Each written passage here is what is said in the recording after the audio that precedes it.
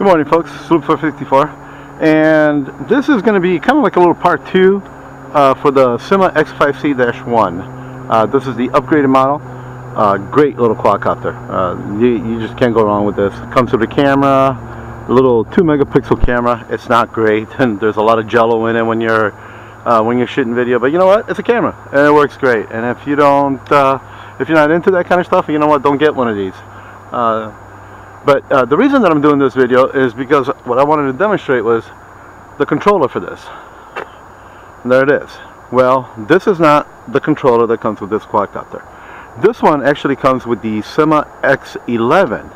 But what I wanted to show you is that you can use this with this quadcopter. Now, the only reason that I do use this one with it is because I get a better range. The downfall to it is there's no way to activate the camera with that remote. So this camera will not work with this remote. Not that I'm aware of, actually. I'm gonna have to tinker around a little bit more with that. Anyway, let me just I'm just gonna turn this on, bind it, and all that good stuff, and just show you a little bit of the range that it gets, which is a lot better. It's a lot better than with the regular remote. I'm just gonna go ahead and send it up real quick and trim it. And by trimming it, just normal trimming. Use this button right here to go left, forward, and so forth. This is a real steady little quad, but I'm gonna go ahead and just send it straight up in the air, kind of show you the punch rate a little bit. And that's pretty high, and I still got control of it. So it's just one of those things. I'm gonna go ahead and bring it back down a little bit slower than that.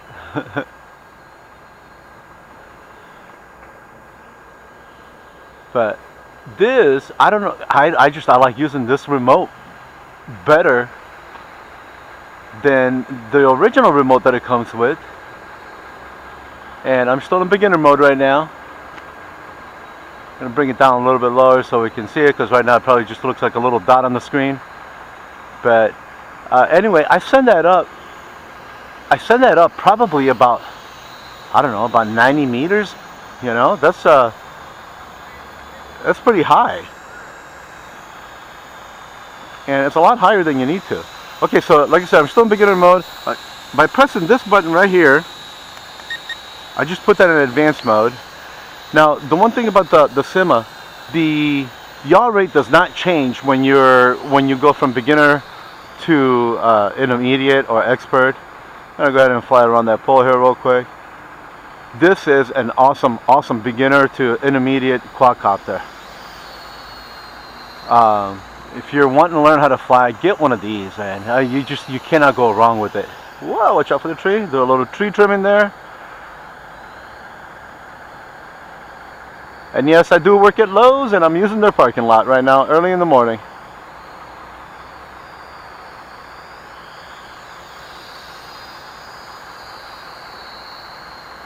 And we'll demonstrate a couple of funnels real quick. Anyway, the whole purpose of this video was to show you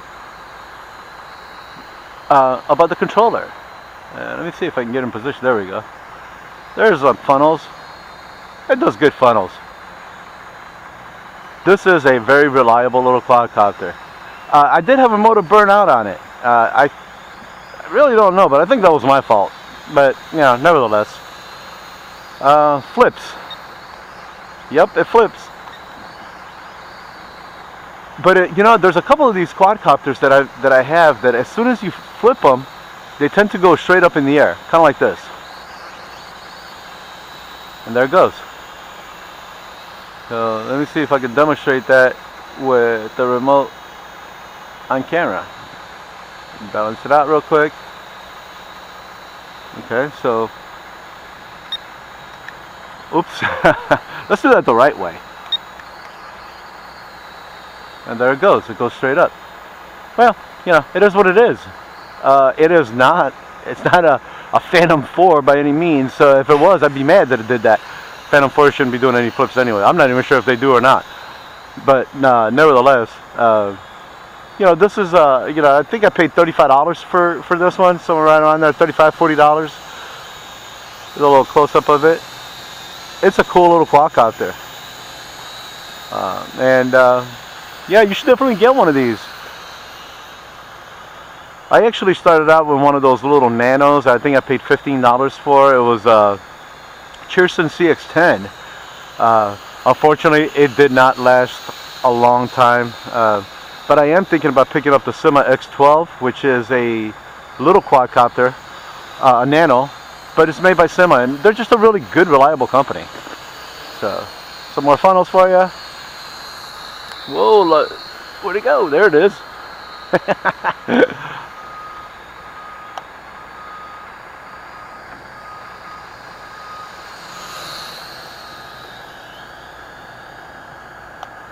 And it is pretty quick, you know. I think I mentioned before that it really wasn't that quick, but I mean, I don't know, that thing's moving pretty dang good, I'd say. I think I might have been lying in that first video. Now this quadcopter does not have headless mode, and it does not have a one-key return on either one of the controllers. So, you know, and that's okay, because you know what, when you learn how to fly, you don't need to learn how to fly with headless mode. I mean, I suppose you could, I don't know, that's just my opinion. It's not really worth a whole lot, but when you're flying in headless mode, it just, you get so used to it that I would think that it would be hard to learn how to fly it the right way, which I don't even know what that's called, but you know, with basically using your throttle and to turn your quadcopter and throttle and pitch and so forth.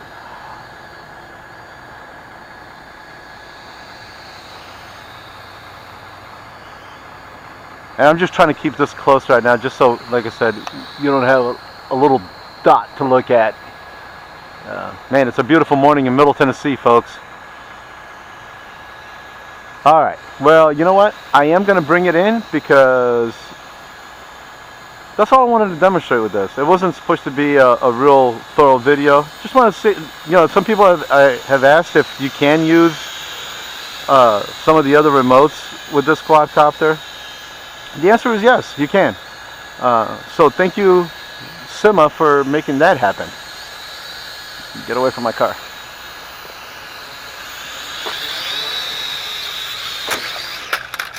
And he crashes it.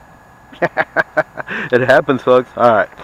Anyway, SYMA X5C-1. You just can't beat this. Have a good day.